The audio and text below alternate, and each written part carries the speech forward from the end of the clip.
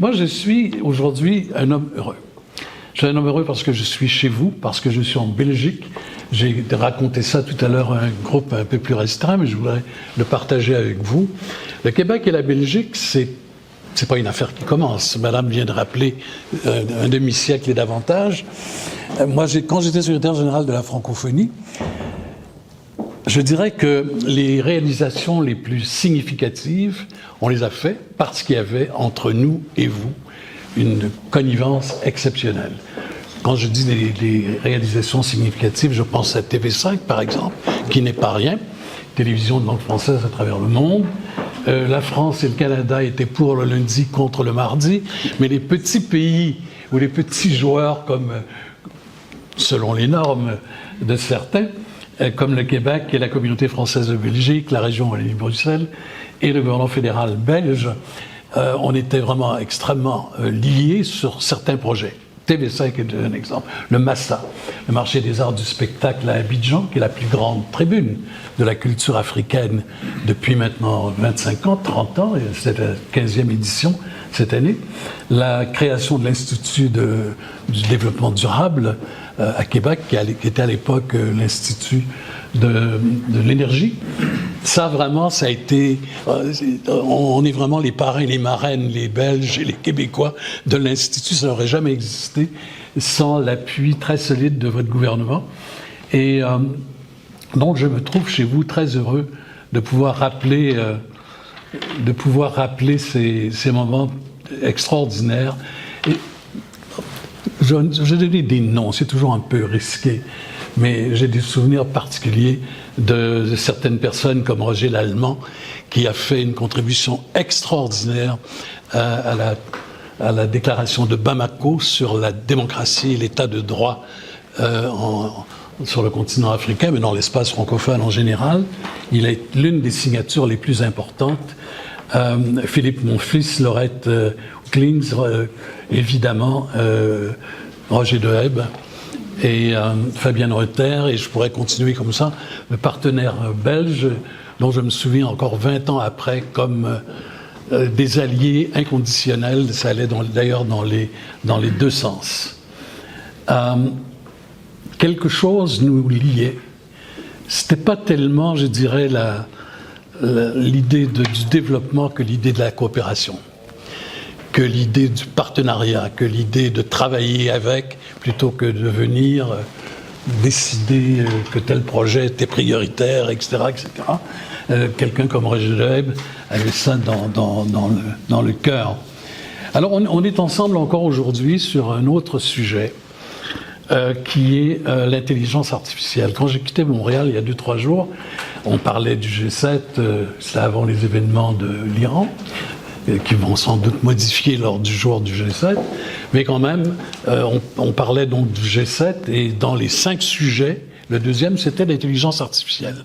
J'arrive à Paris, je racontais ça tantôt à un petit groupe, je m'excuse de me répéter. J'arrive à Paris, j'appelle un ami en disant « Quand est-ce qu'on peut se voir ?» Il me dit « Non, je ne peux pas te voir, je suis à la conférence des ministres de la culture de l'Europe qui porte sur l'intelligence artificielle. » Je dis « Est-ce qu'on peut parler d'autres choses ?» Il me dit « Qu'est-ce que tu fais ?» Je dis « Je m'en vais à Bruxelles sur un colloque sur l'intelligence artificielle. » Le deuxième, c'était l'intelligence artificielle. J'arrive à Paris, je racontais ça tantôt à un petit groupe, je m'excuse de me répéter. J'arrive à Paris, j'appelle un ami en disant « Quand est-ce qu'on peut se voir ?» Il me dit « Non, je ne peux pas te voir, je suis à la conférence. » Bien du temps qui va s'écouler avant qu'on ait une définition partagée, une définition commune, une définition qui décrit exactement ce dont on parle, et peut-être qu'on va un peu progresser aujourd'hui. C'est vraiment un sujet philosophique, c'est un sujet éthique, c'est un sujet social, c'est un sujet économique, c'est un sujet géopolitique, c'est un sujet d'entreprise, c'est un sujet du secteur public, c'est un sujet du secteur privé, et je félicite et je remercie Ulcom d'avoir réuni autour de la table, c'est assez rare je crois, des gens du secteur privé. Il y a 3 ou 4 qui vont prendre la parole du secteur privé, mais des gens aussi qui représentent le gouvernement, qui représentent la Belgique, c'est vous, et des gens qui ont une forte expérience de la coopération continentale avec l'Union européenne. Donc le secteur privé, le secteur public, et le secteur public dans ces deux dimensions, du national et du continental ou de l'international. Alors allons-y directement. Il y a quelques questions, je pense, sur lesquelles on aimerait que nos panélistes nous donnent des réponses. On en a débattu une ce matin, je la mets en premier, mais j'attends de nos panélistes qu'ils la traitent en dernier, qu'ils nous fassent 3 phrases, qu'ils nous disent « on revient de Montréal ». Et à Montréal, le grand débat aujourd'hui sur l'intelligence artificielle, c'est la démission de Benjo, de Mila. Il n'a pas tout à fait démissionné, il a quitté sa fonction, c'est lui qui l'avait créé, vendu, promu, développé, tout ce qu'on veut, et qui nous annonce non, je suis plus à la recherche, je quitte avec une vingtaine de chercheurs, ce n'est pas rien. Et pourquoi? Parce que, dit-il, je suis inquiet.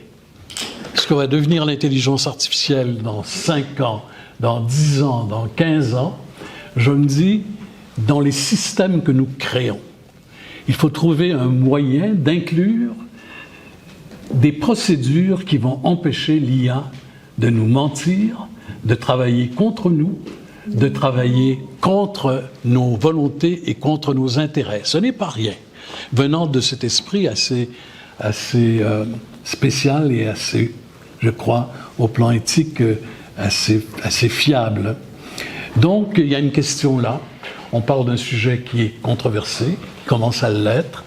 Est-ce qu'on s'en va dans le mur? Est-ce que, pour toutes les grandes choses que permet l'IA, est-ce qu'il n'y a pas aussi des risques et est-ce qu'on les rencontre dans nos activités? C'est ce qui nous intéresse aujourd'hui.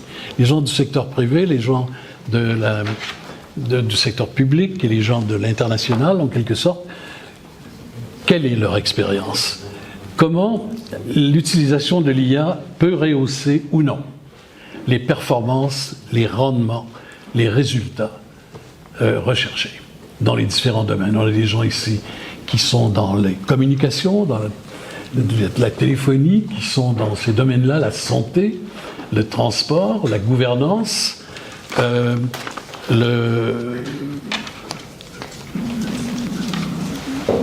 la coopération, dans toutes sortes de tous les domaines. Comment l'utilisation de l'IA rehausse ou non les performances, les rendements, les résultats, leurs résultats.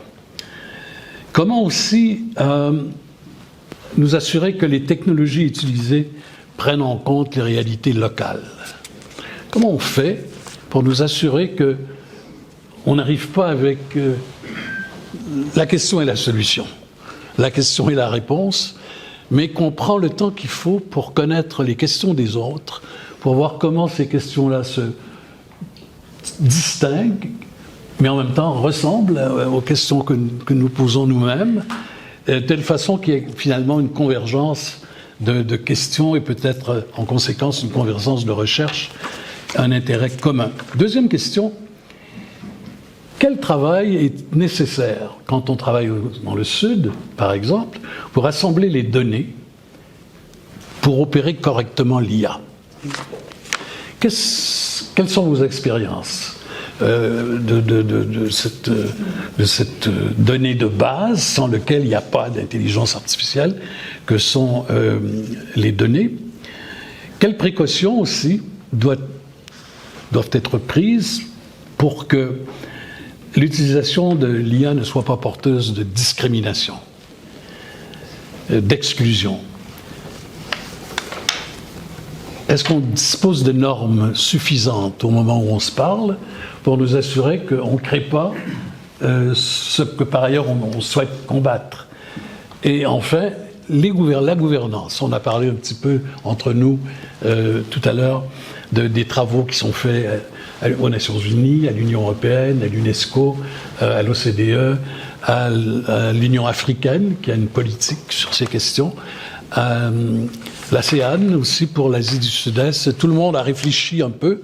Est-ce qu'on a les normes qu'il faut? Qu'est-ce qui manque? Est-ce que ça doit être plus contraignant? Est-ce qu'il doit y avoir des standards internationaux, etc., etc. Donc, il y a il y a 5 personnes qui doivent répondre à toutes ces questions, plus la première qui est celle de Benjo. On doit terminer à 2h30. Ensuite, on aura un petit moment pour retourner au jardin, une petite demi-heure au soleil. Et je donnerai donc à chacun 10-12 minutes, plutôt 10 que 12. Et après 12 minutes, je vais éteindre les feux immédiatement pour permettre à tout le monde quand même de dire ce qu'il a à nous raconter. J'ai dit tout à l'heure à mon voisin de gauche tout le bien que je pensais de la littérature qui vient de l'organisation dont il est directeur général, l'Agence belge pour le développement, pour la coopération, l'Agence belge pour la coopération. Si vous avez un moment précieux, que vous vous demandez quoi faire avec ce moment précieux, au plan professionnel, même personnel, lisez leur dernier rapport. C'est un modèle.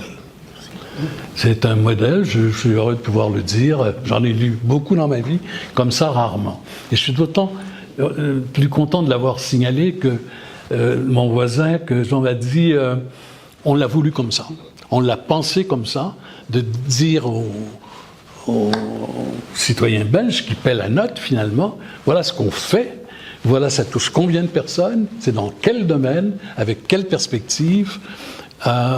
C'est extrêmement intéressant comme modèle de reddition et de réflexion en même temps. Permettre, faciliter, comme vous dites, autonomiser, c'est un peu c'est un peu la devise de l'agence belge. Alors on est particulièrement heureux de vous avoir avec nous et je vous laisse la parole pour nous.